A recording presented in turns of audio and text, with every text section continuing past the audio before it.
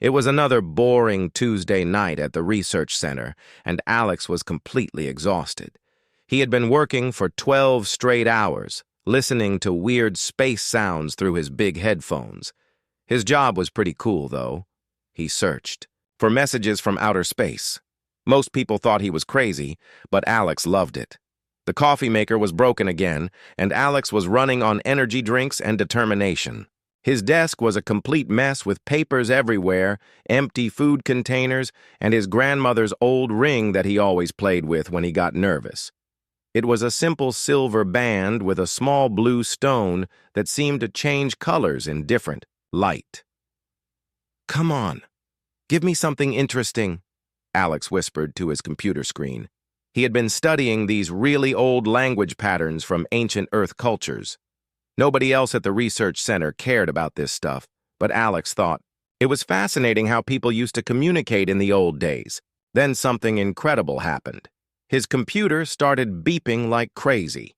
The screen showed signals coming from the direction of a star called Vega, which was super far away. Alex had never seen anything like this before. The patterns looked almost like the ancient language he had been studying. "No way!" he said out loud, even though nobody else was in the building. His heart started beating really fast. This could be the discovery he had been dreaming about his whole life. Without thinking too much about it, Alex decided to send a message back. He used the old greeting ritual he had been researching, speaking the ancient words while holding his grandmother's ring. He felt pretty silly talking to empty space, but hey, if aliens were really out there, maybe they would understand old Earth languages. "I greet you, travelers from distant stars," Alex said in the ancient dialect, holding up the ring like the old books showed. "I offer this symbol of friendship and connection between our worlds." What happened next changed everything. The air in the room started to shimmer like heat waves on a hot summer day. Alex rubbed his eyes, thinking he was seeing things from being too tired.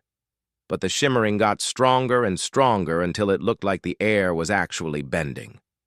Then, right in the middle of his messy laboratory, a doorway made of pure light appeared. It was the most beautiful thing Alex had ever seen, like looking at the northern lights, but in the shape of a door. Colors danced and swirled in patterns that hurt his brain to look at directly.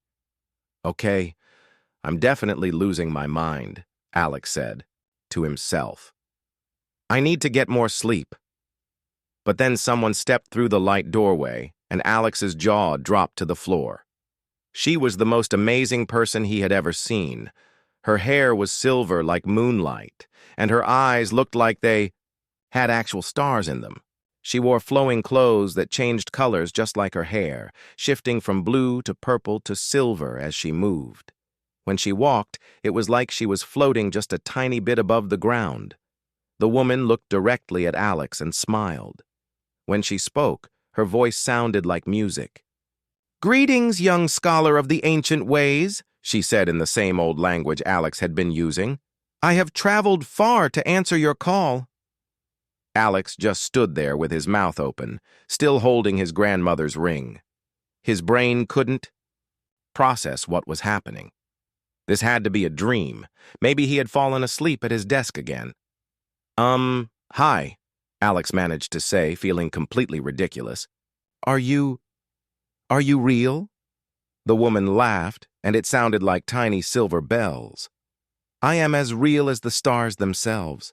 My name is Luna, and I have been waiting a very long time for someone from your world to speak the old words correctly." Alex looked down at his grandmother's ring, then back at Luna. "The old words? You mean that greeting thing I just did? I was just practicing from some old books." Luna's eyes got wide with surprise and something that looked like joy. "You speak our ancient language perfectly, and you offer the sacred stone of binding." She pointed at his grandmother's ring. "Do you know what this means?" "Sacred stone of what now?" Alex was getting more confused by the minute. "This is just my grandmother's old ring. She gave it to me before she passed away. I play with it when I'm nervous." Luna stepped closer. and Alex could smell something like flowers and starlight. That stone contains minerals that exist only on your world and mine. Our ancestors believed this was a sign that our peoples were meant to find each other someday. Wait. What? Alex's head was spinning. You're saying my grandmother's ring is made of alien minerals? Not alien, Luna corrected gently. Universal. The same materials that built both our worlds scattered across the cosmos when the universe was young. The light doorway behind Luna started to flicker, like a TV with bad reception. She looked back at it with concern. My time here grows short, she said.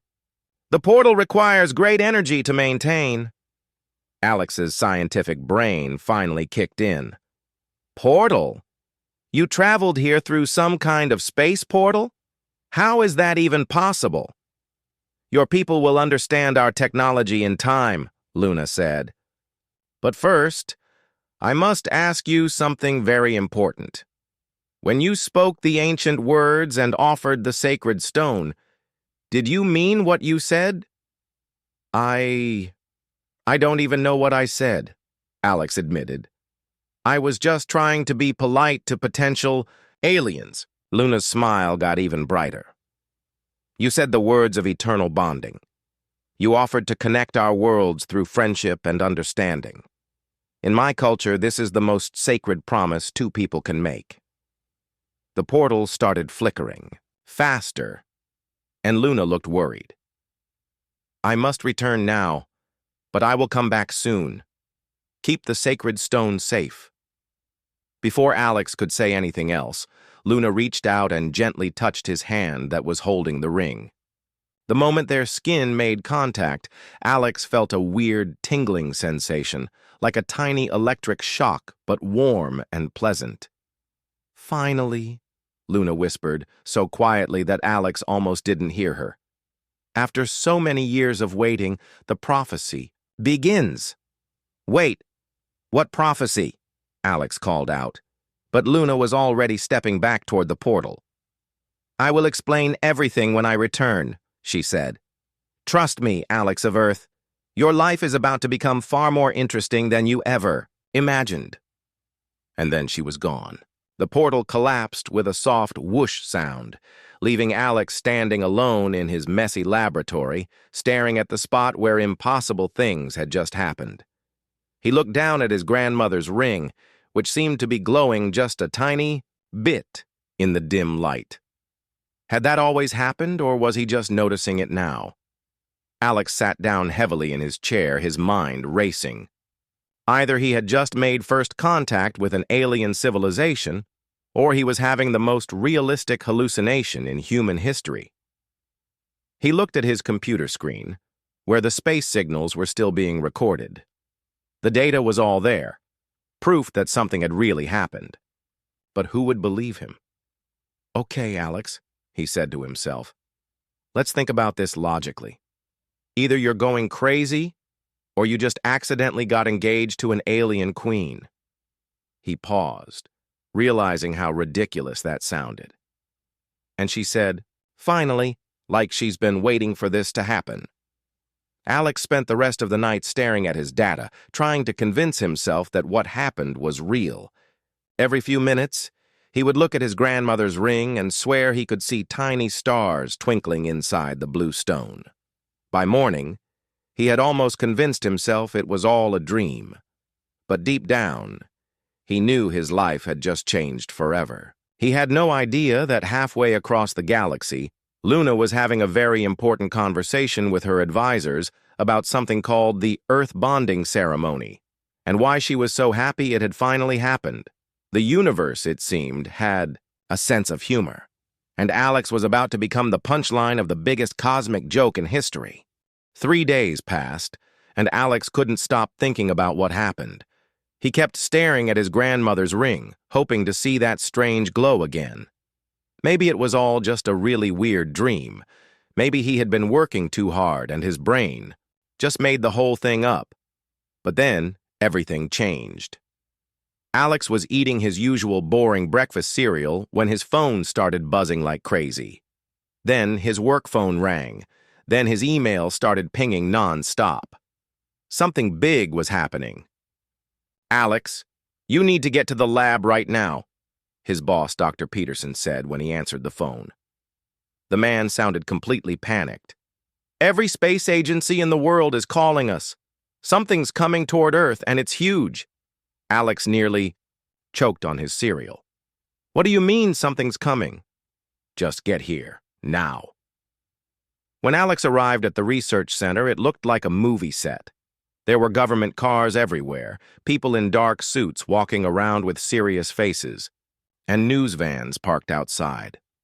Alex had never seen anything like it. Inside the building, chaos ruled. Scientists were running around with papers, computer screens showed scary-looking charts, and everyone was talking at once. Alex felt like he was in the middle of a disaster movie. "There you are," Dr. Peterson grabbed Alex's arm. "These people want to talk to you about the transmission you sent 3 nights ago." Alex's stomach dropped. "What transmission?" A tall woman in a black suit walked over. She looked like she could break someone in half without breaking a sweat. "You're Alex Chen, the one who sent the unauthorized message to the Vega system?" "I didn't think anyone would notice," Alex said quietly. "It was just a small signal." "Small signal?" The woman pulled out a tablet and showed him numbers that made his head spin. "Every radio telescope on the planet picked up energy readings bigger than anything we've ever seen. Something responded to your message, and now it's heading straight for us." Alex felt like he might throw up. "Are we in danger?" Before anyone could answer, the lights in the building started flickering. Then the air began to shimmer, just like it had 3 nights ago. Everyone in the room froze. "Oh no, not again," Alex whispered. The same beautiful light portal opened right in the middle of the crowded laboratory. Government agents reached for their weapons, scientists grabbed their equipment, and Alex just stood there feeling terrified and excited at the same time. Luna stepped through the portal, but this time she wasn't alone. 5 other people followed, her, all wearing the same flowing clothes that changed colors. They looked around the room with curious eyes, taking in all the scared human faces. "Hello again, Alex," Luna said with that musical voice. "I told you I would return." The room was dead silent. Everyone stared at the aliens like they were looking at mythical creatures come to life, which, Alex realized, they kind of were. "You're real," Dr. Peterson whispered. "You're actually real." Luna smiled at him. "Very real, kind doctor.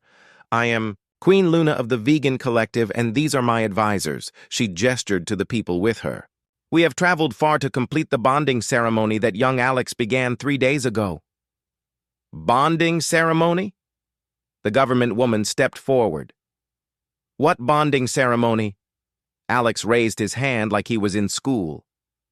I think I might have accidentally proposed to her." The room exploded with noise. Everyone started talking at once, asking questions, making phone calls, and generally freaking out. Alex wanted to hide under a desk. "Please, everyone calm down," Luna said, and somehow her voice carried over all the chaos. "There is much to explain, and we have little time." She walked over to Alex, ignoring all the nervous government people. "May I see the sacred ring?" Alex looked around at all the staring faces, then pulled out his grandmother's ring. The moment it appeared, it started glowing with that same soft blue light. Gasps echoed around the room. "This ring contains crystals that exist only on Earth and our home world," Luna explained to everyone.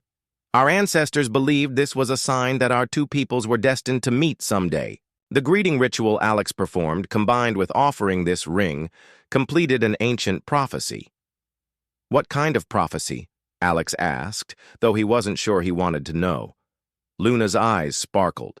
"The prophecy of the bridge builder. It says that when someone from Earth speaks our ancient language and offers the sacred stone, it means our civilizations are ready to join together in friendship." "And you think Alex is this bridge builder person?" Dr. Peterson asked. I know he is, Luna said firmly. The prophecy has waited over 1,000 years to be fulfilled. One of Luna's advisors, a serious-looking man with silver eyes, stepped forward. Your Majesty, perhaps we should explain the situation more clearly to these humans. Luna nodded. You're right, Commander Vale. Alex, when you performed the bonding ceremony, you didn't just make contact with us.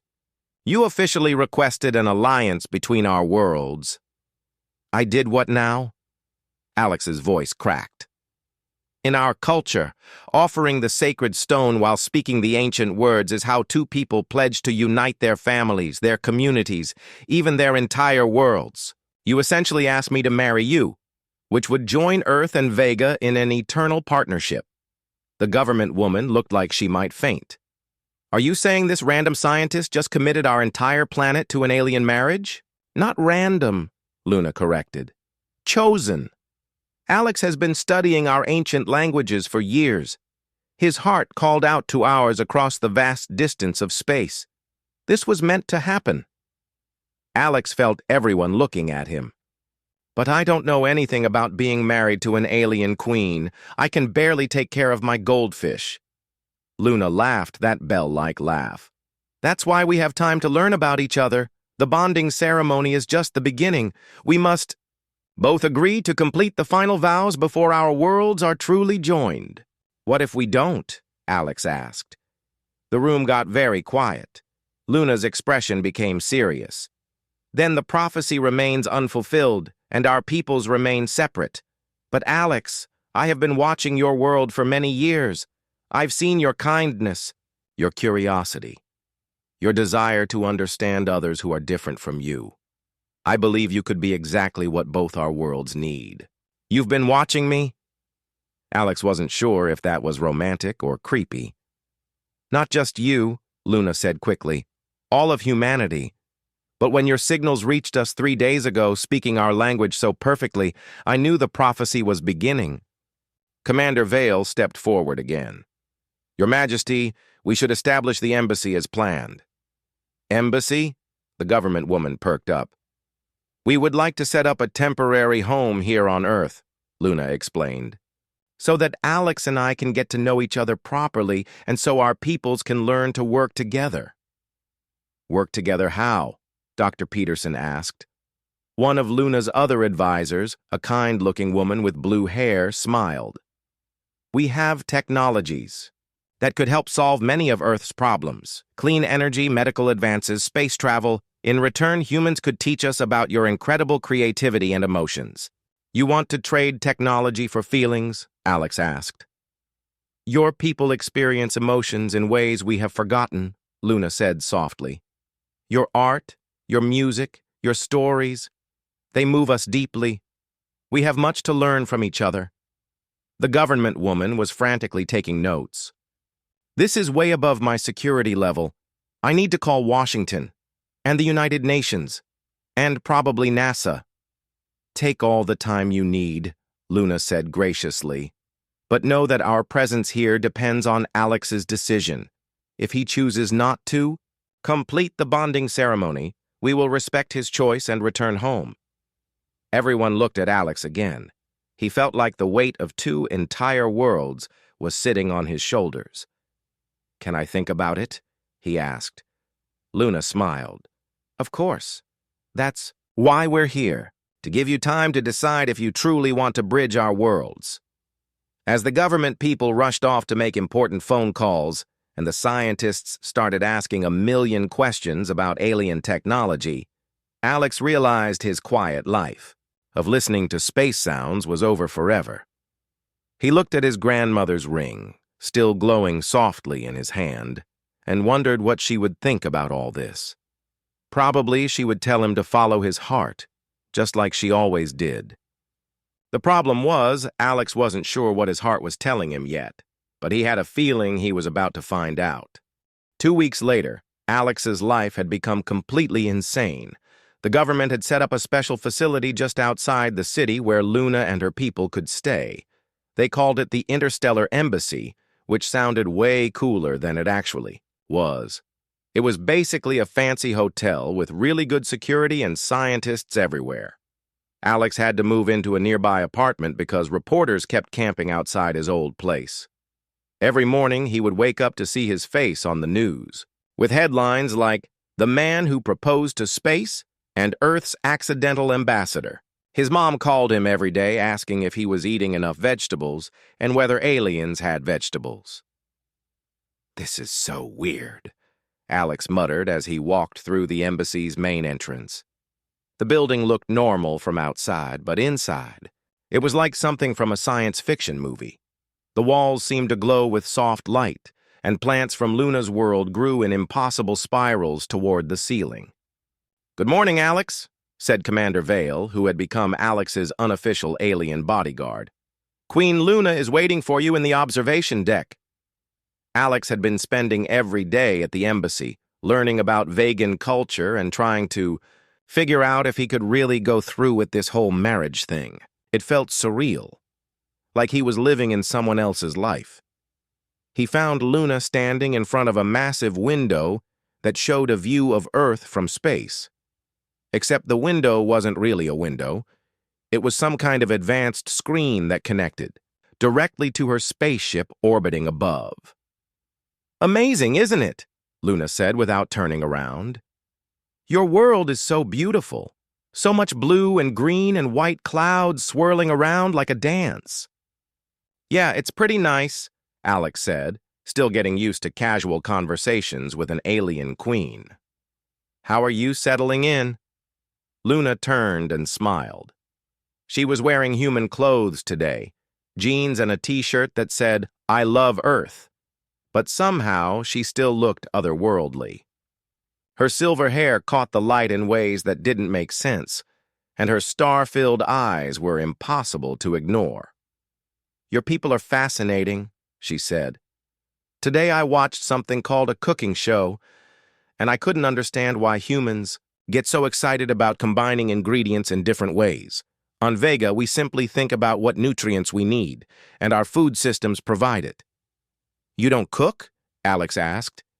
"We never learned to, but watching your chef create something beautiful from simple ingredients, it made me feel something I'd never experienced before." "What did it make you feel?" Luna paused, looking thoughtful. "Hungry. Not for food, but for the experience of creating something with my own hands just because it brings joy." Alex grinned. "That's very human of you." "Is it? I'm still learning what that means." They walked together toward the embassy's common area, where Luna's advisors were trying to understand human entertainment. Commander Vale was staring at a television showing a comedy show, looking completely confused every time the laugh track played. "I don't understand," he said to Dr. Peterson, who was trying to explain Earth culture. "Why do the invisible people laugh when nothing amusing has occurred?" "It's a laugh track," Dr. Peterson explained patiently. "It tells the audience when something is supposed to be funny." "But the audience can think for themselves, can they not?" "Well, yes, but—" Alex and Luna exchanged amused looks. This had been happening a lot. Small moments where they understood each other better than their own people understood the opposite culture. "Come on," Luna whispered. "Let's go somewhere quieter." They snuck out to the embassy's garden, where earth, plants, and vegan plants grew side by side.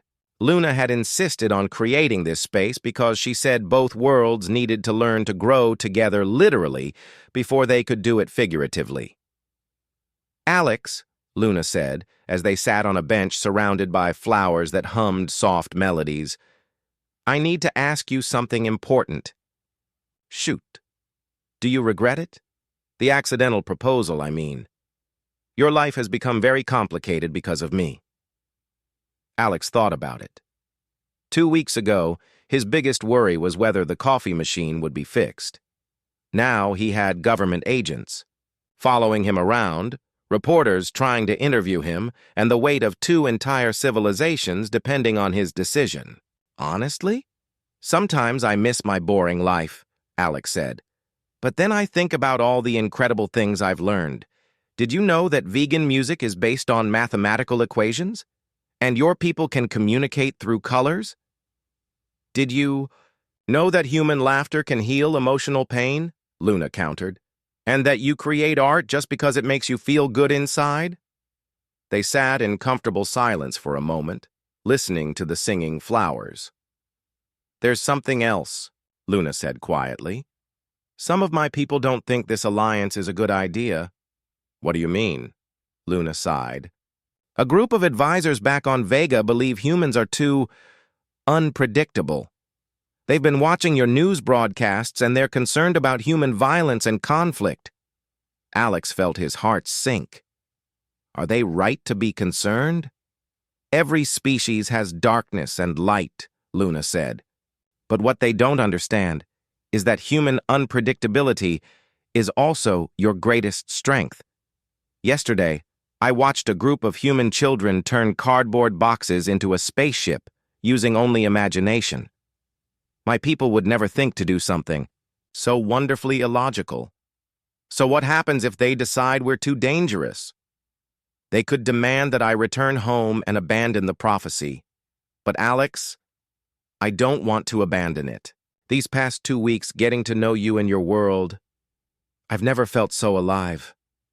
Alex looked at her. Really looked at her. Somewhere along the way, Luna had stopped being the alien queen in his mind and had become just Luna.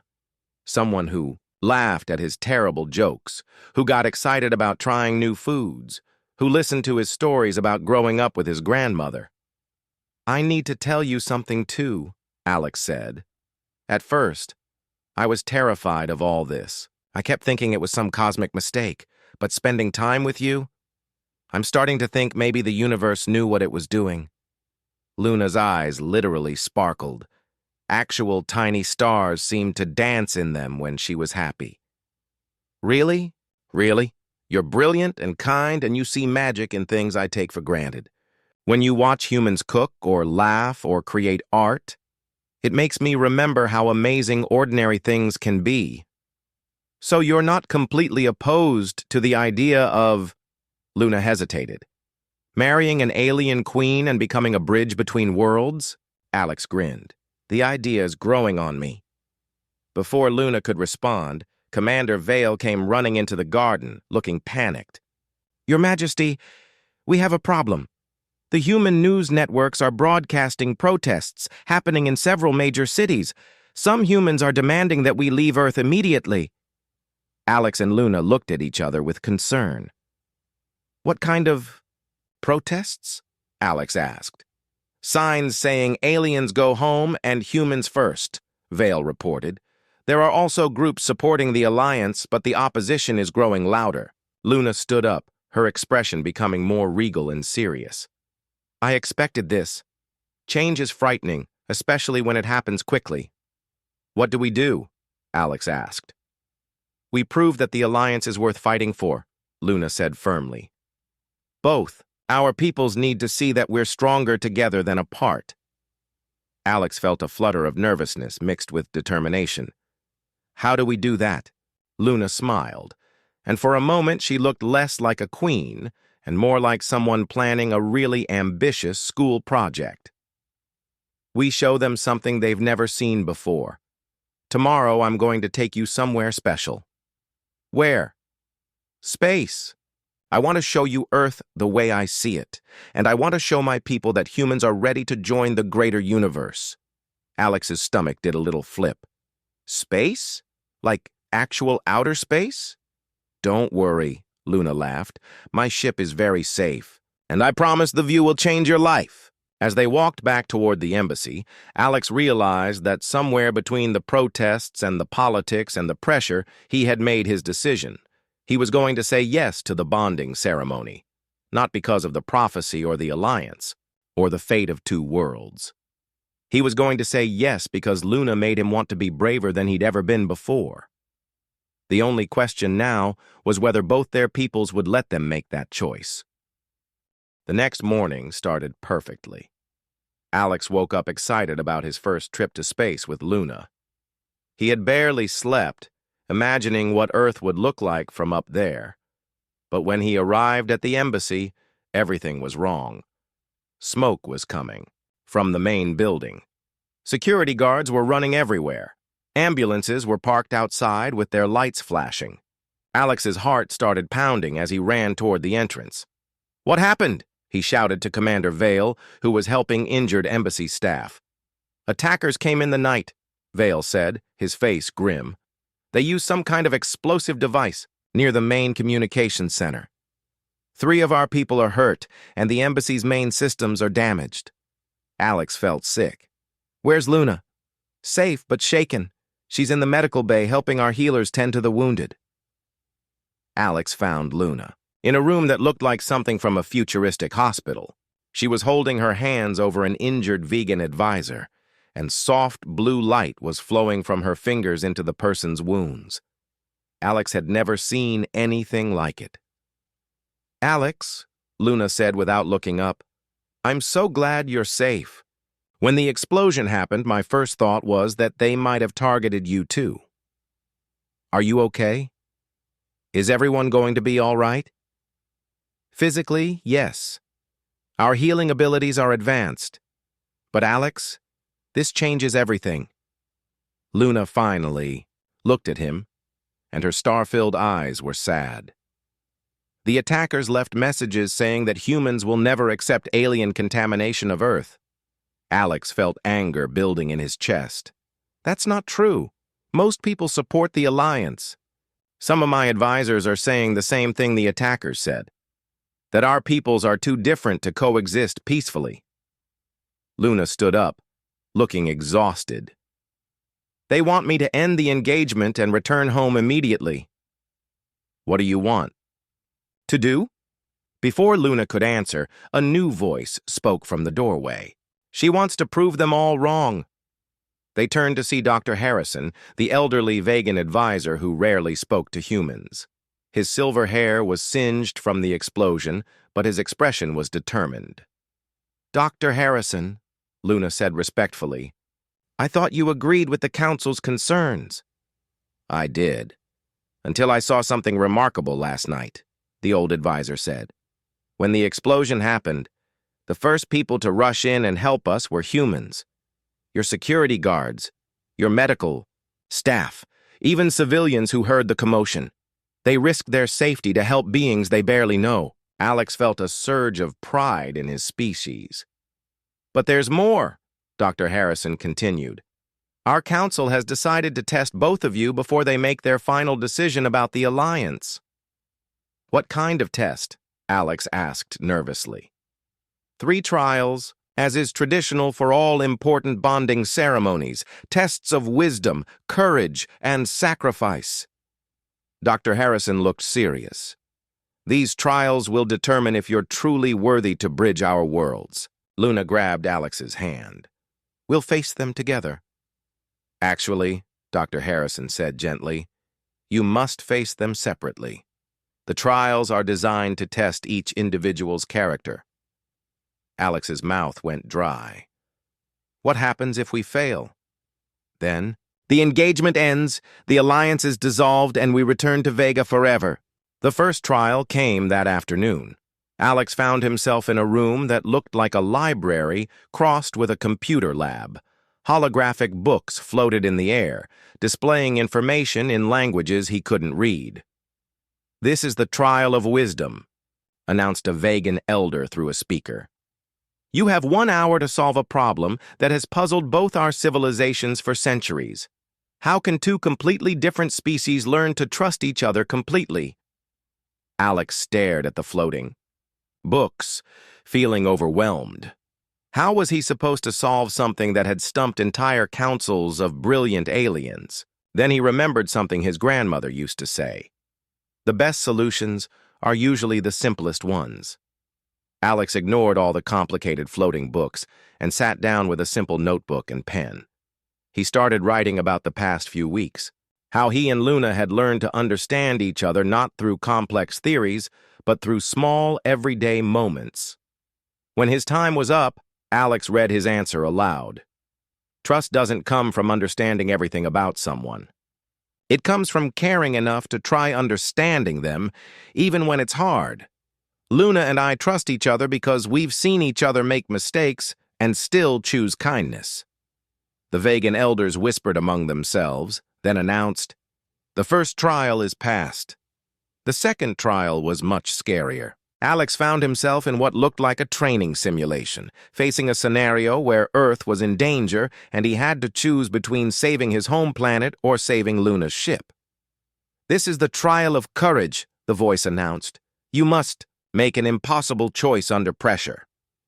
In the simulation, both Earth and Luna's ship were under attack by some unnamed enemy. Alex had the power to save only one. His hands shook as he tried to figure out what to do. Then he realized something important. The trial wasn't really about choosing between Earth and Vega. It was about finding the courage to reject impossible choices altogether.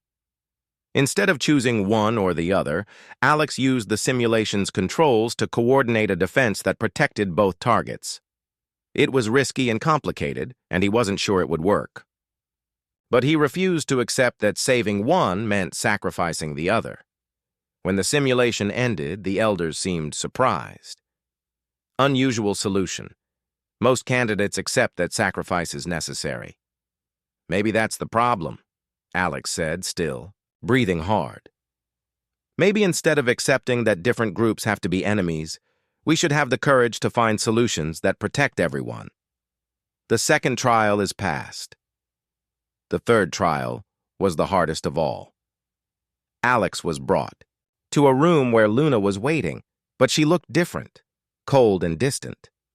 "This is the trial of sacrifice," the voice announced. "You must choose between your personal happiness and the greater good of your people." The Luna in front of him spoke in a flat voice. "Alex, I've realized this engagement was a mistake. Our peoples are too different. I'm ending our bonding ceremony and returning to Vega. You can go back to your normal life." Alex's heart broke a little, even though he suspected this wasn't the real Luna. "Is this what you really want?" "It's what's best for everyone."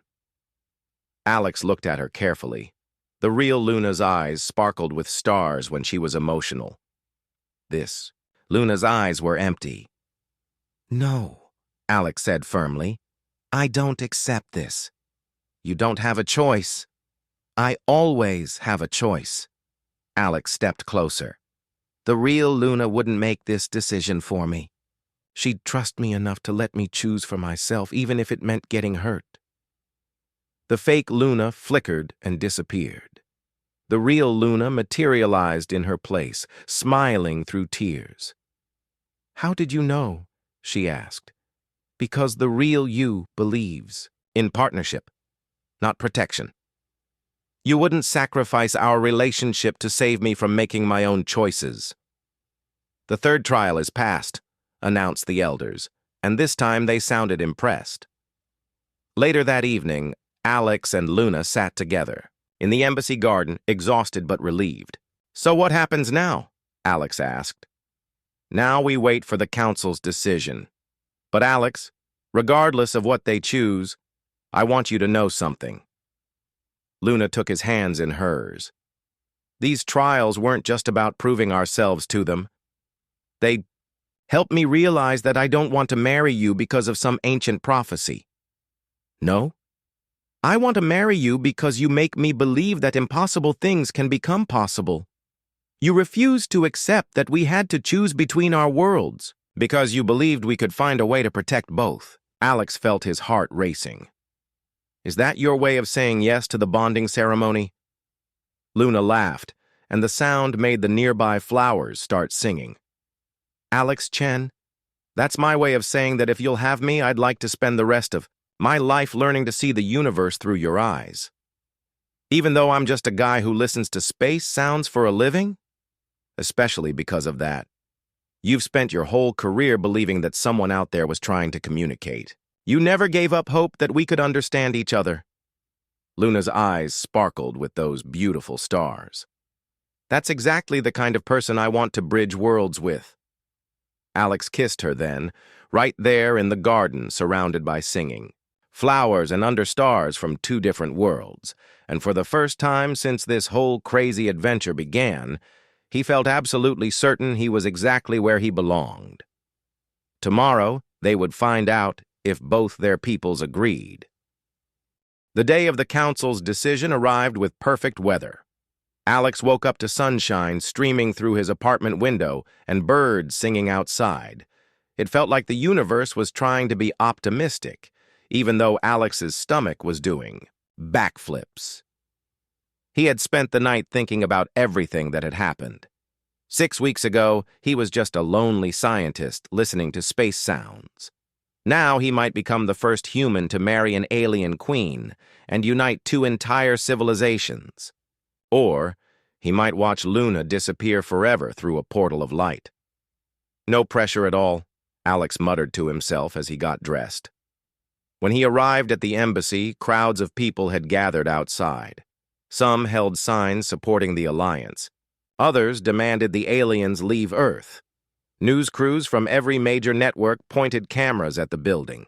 Alex had to sneak in through a back entrance to avoid the chaos. Inside, Luna was waiting in the main hall wearing a beautiful dress that seemed to be made of liquid starlight. Her silver hair was styled in an elaborate pattern that probably meant something important in vegan culture. She looked like a real queen, and for a moment Alex felt like a fraud in his simple black suit. "You look incredible," he said. "You look nervous," Luna replied with a gentle smile. "How are you feeling?" "Like I might throw up." "You?" "The same, but also excited.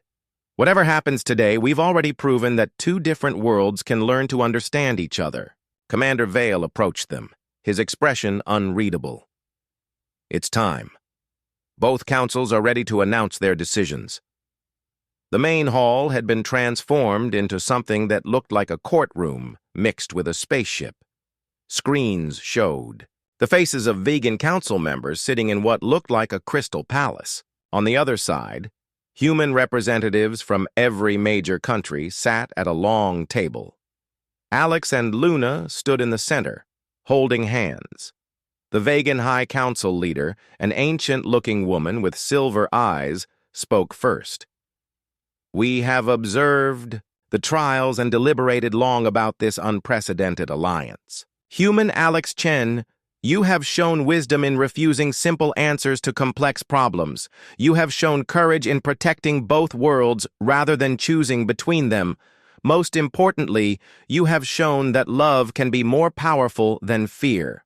Alex's heart started beating faster. "However," the council leader continued, "some among us still have concerns about humanity's readiness for galactic citizenship." Alex's heart sank.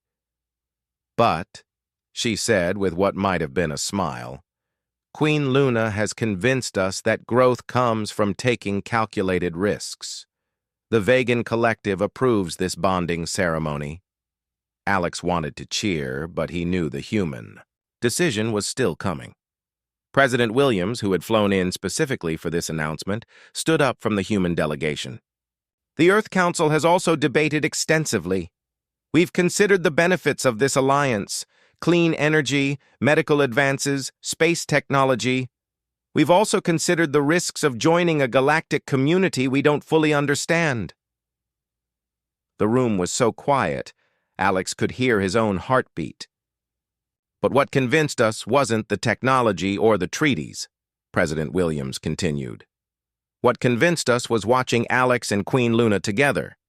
They've shown us that differences can become strengths when people choose to build bridges instead of walls. Earth approves this alliance." The room exploded with cheers from the embassy staff and supporting humans. Alex and Luna hugged each other so tightly it hurt, both of them crying happy tears. "We did it," Luna whispered.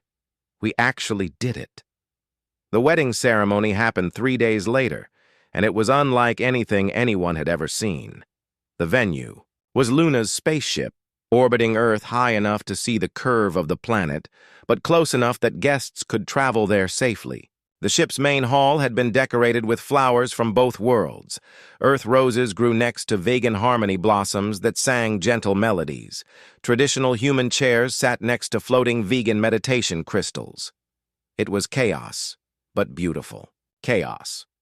Alex's mom cried through the entire ceremony, especially when Luna promised to love and cherish Alex across all the stars in the universe.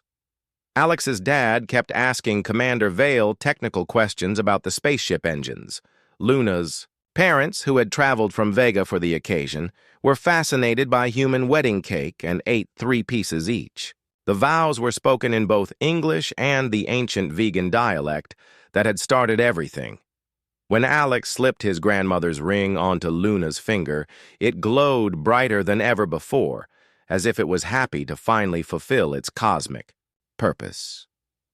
"By the power of 2 worlds and the love that binds them," the officiant said, "I pronounce you married across the stars."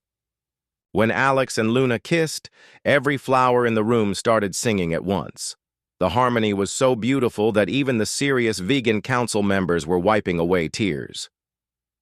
1 year later, Alex stood in the observation deck of New Harmony Station, the first joint human-vegan research facility. It orbited halfway between Earth and Vega, a symbol of cooperation between their worlds.